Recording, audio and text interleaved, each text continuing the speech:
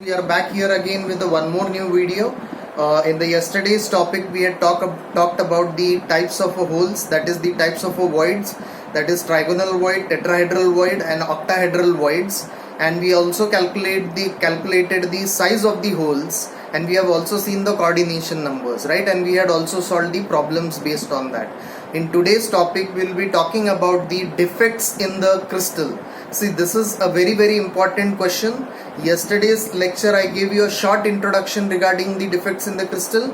In today's lecture I'll be giving details about the defects in the crystal, right? So let's come here, let's start with the defects in the crystal. Defects in the crystal, right? So my dear students, before understanding the defects in the crystal, we have to understand that what is exactly a perfect crystal, right? Now what is a perfect crystal? You all know that a crystalline solids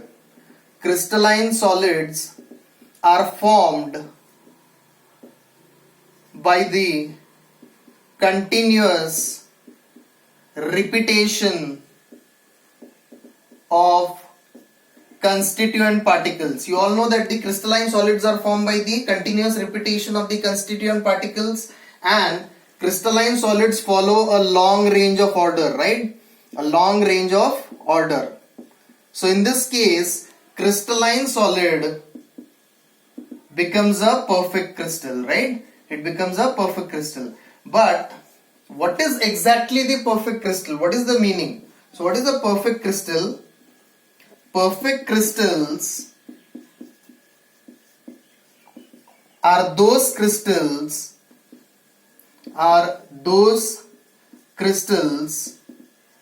which have all constituent particles like atoms, ions and molecules, right?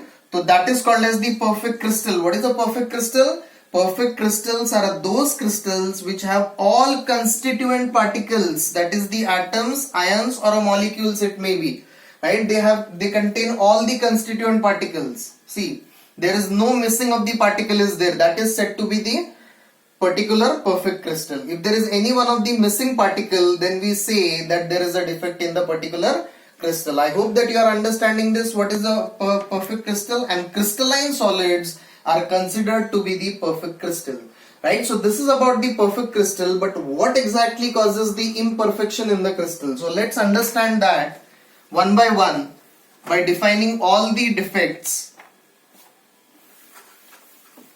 So in yesterday's lecture, I have classified the types of defect. So there are basically two types of defects, that is stoichiometric defect and non-stoichiometric defect, right? Now what is this exactly, stoichiometric defect and non-stoichiometric defect? The word stoichiometric defect means they are in a perfect ratio. There is a defect, but they are present in a perfect ratio, all the constituent particles. Now what is a non-stoichiometric? They are not in a ratio, not in a perfect ratio. They are said to be the non-stoichiometric defect. Now let's understand, stoichiometric defect is also called as point defect, and non-stoichiometric defect is also called as line defect, right? Are you understanding it? See, stoichiometric, point defect, non-stoichiometric, line defect. Stoichiometric means which are there perfectly present in a ratio. Non-stoichiometric means they are not in a perfect ratio, right? Now here in this case, let's understand what is the imperfect crystal. So how point defect arises? Point defect arises, for example, we will take a NaCl crystal. In a NaCl crystal, there are supposed to be 100 Na plus and 100 Cl minus ions, right? There should be 100 Na plus and 100 Cl minus ions. But what happens exactly? There will be 98 Na plus and 98 Cl minus, right? Now are you able to understand? See, the ratio is same, 1:1. Here also the ratio is same, 1:1, right? But what has happened, there are supposed to be 100 Na and 100 Cl, but what happens?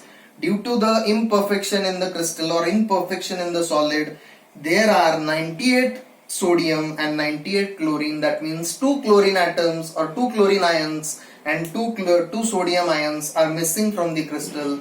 That is what is said to be the stoichiometric defect, right? I hope that you have understood this. Now let's understand what is the non-stoichiometric defect. Now what happens exactly in the non-stoichiometric defect? Let's take the same crystal, NaCl crystal. Now in this case, you will see that the sodium ions and chlorine ions are not in the ratio. Let's say that sodium are 102 ions and chlorine are only 100 ions, right? So here you can see that the 2 Cl minus ions are missing from the crystal. That is said to be the imperfect crystal, right? I hope that you have understood this, what is stoichiometric defect and what is non-stoichiometric defect. Stoichiometric defect occurs due to the ratios. It is also said to be the ratio is the same in this case. Non-stoichiometric means there is not a perfect ratio, right? I hope that you have understood this, right? Now let's move further. Now let's understand how exactly the defects occur. What are the types of defects? So first we will take a simple example. Let's say we have a positive, negative, positive, negative, positive, negative, right? Negative, positive, negative, positive, negative, positive, right? So here in this case you can see this is a perfect crystal where you can see 1, 2, 3, 4, 5, 6. How many positive ions are there? 6 positive ions are there. 1, 2, 3, 4, 5, 6. 6 negative ions are there. So this becomes your perfect crystal. Now what about the imperfect crystal? Let's say positive, negative, positive, negative, positive, negative, negative, positive, negative, positive, negative, positive, right? Now in this particular crystal, how exactly the defect occurs, I'll tell you, right? Either there will be a missing of one of the ions, right? The ratio becomes 6 positive, 5 negative, right? This is the first situation. Or there might be also missing of a one more positive particle. The second situation might be 5 positive, 5 negative, right? Are you understanding it? See, it is very, very simple, right? So first situation, there might be one of the particle missing or there might be both the particles may be missing in the crystal, and due to the missing of this crystal, some kind of a space, unoccupied space takes place, right? So this unoccupied space is also called as the vacancy. Are you understanding it? This is also said to be the vacancy, right? Or the unoccupied space. Now here in this case there is another type. So that is one of the positive particle may change its place and go to the other place, right? One of the particle may change its place and go to the another place, due to which we can say that there is a migration of particle, right? This is migration of a particle in interstitial spaces, due to interstitial spaces. See here there are same number of let's say there might be a 5 positive, 5 negative. The ratio is not changed, but what has happened, there is a migration of particle in the interstitial space, right? Or the empty spaces. That is why the defect occurs, right? So defect can occur by the two factors. Number one, either by vacancy, that means by the unoccupied space, or either by the migration to interstitial spaces, right? I hope that you are understanding this, right? There are two factors due to which the defects are occurring in the crystal, either due to vacancy or either due to migration into interstitial spaces, right? Okay, now let's go further. We'll see the further classification of the crystals. defects. So what are the kinds of defects? Under the stoichiometric, we all know they are further classified as vacancy, then Schottky, then interstitial, and one more we have, that is the vacancy, Schottky, interstitial, Frenkel, right? Frenkel. Yesterday we have seen. So these are the 4 kinds of a defect. Now let me first clear you. Vacancy defect and Schottky defects are same, right? Interstitial defect and Frenkel defects are same. See, both the defects are same. Now let's take the example of a vacancy. For example, let's take positive, negative, positive, negative, positive, negative, negative, positive, negative, positive, negative, positive. See, this positive, negative are nothing but the particles. Try to understand here, it might be a Na plus or Cl minus, Na plus or Cl minus, Ag plus or Br minus, right? So I am just for your example, for your understanding, I am showing you this. So in the case of vacancy, what happens? One of the particle from the crystal may be missing, right? And due to which it causes the vacant space or the unoccupied space. So what is the vacancy defect? The defect in which one of the constituent particle is unoccupied, or we can say in a simple language, missing, right? Are you understanding it? One of the particle is totally missing, that is said to be the vacancy. Now we can take the example of a Schottky, Ag plus Br minus, Ag plus Br minus, Ag plus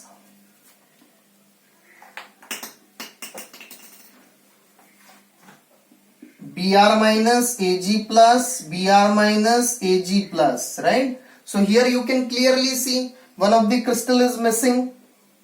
Let's say this Br is missing. What is happening in this case? There is a empty space is occurring in this case, right? So this is said to be the particular Schottky defect, right? This is nothing but a Schottky defect. Now let's understand the interstitial defects. I'll take this particular diagram only to understand it. So what happens exactly in the interstitial defect? Interstitial defect. See, there is no vacant space. This is negative, this is negative, this will be positive, right? All the particles are present in this particular interstitial defect. But what happens? One of the particle may get migrated into the interstitial space, right? It causes the change of the position, or we can say from one place to the other place, one of the particle will move in the system into the interstitial space. So we can say that interstitial defects are those defects in which migration of constituent particle takes place from one place to other place, right? I hope that you are understanding this. Example, we can take the same example over here.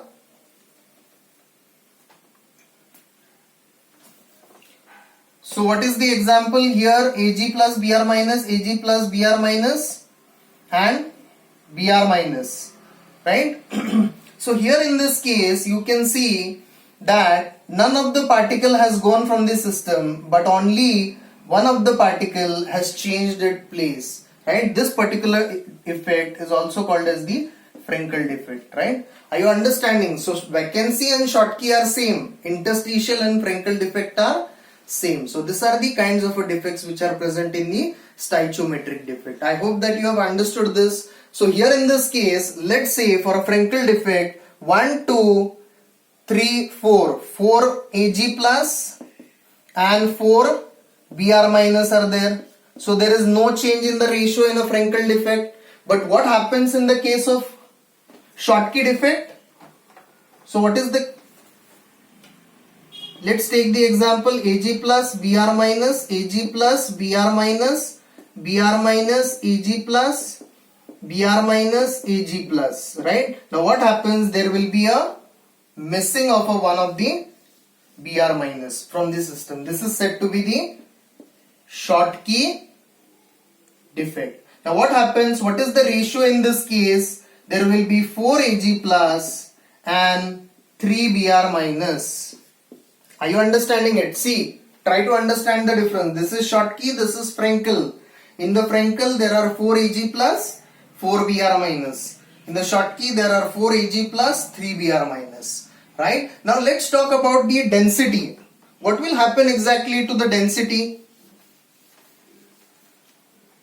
Will the density change or will the density remain same? So what is the formula for density? Density is equal to mass upon volume. Right? Density is equals to mass upon volume. So let's take this example first for a Schottky. What is happening in the Schottky? 4 Ag plus 3 Br minus. So one of the particle is missing. For Schottky, one constituent particle is missing.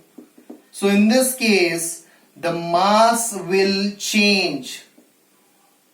Right? But the volume, is the volume going to change? No, the volume is not going to change. The volume is going to remain same. So volume will be same in this case. Right? So mass will change, volume will change. That means what? Density will change in this case. तो Schottky के case में क्या होता है? Density gets changed. Now talking about the Frenkel, what happens exactly in the Frenkel? There is no constituent particles are missing. Only there is a migration of the one of the particle. Due to the migration, no constituent particles are missing. Therefore, the mass will remain same and volume will also remain same. As mass and volume are same, that means density will be same. Right? I hope that you have understood the concept of density also in this case of a defects. Right? Okay, let's move further and come to the last part. That is the metal excess defect and metal deficiency defect.